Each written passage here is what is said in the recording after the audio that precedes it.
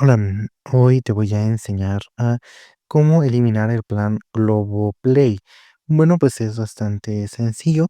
Para hacerlo, vamos a ir aquí a mi cuenta de Globo Pay, y vamos a poder cancelar nuestra suscripción de forma bastante sencilla, como estamos viendo aquí en la pantalla. La cancelación no es inmediata y está prevista para el final del periodo. Lo podemos hacer también por Google, dependiendo de dónde lo hagamos hecho. Por ejemplo, en Google podemos en la Play Store hacerlo, a través de Roku Pay, o a través, dependiendo cómo lo podamos hacer, tenemos que cancelar la suscripción. Entonces es bastante sencillo. En la Play Store simplemente vamos a ir a suscripciones y no vamos a poder quitarlo. Y bueno, es como acaba el video del día de hoy. Esperemos que este video les haya gustado y que les haya sido de mucha utilidad.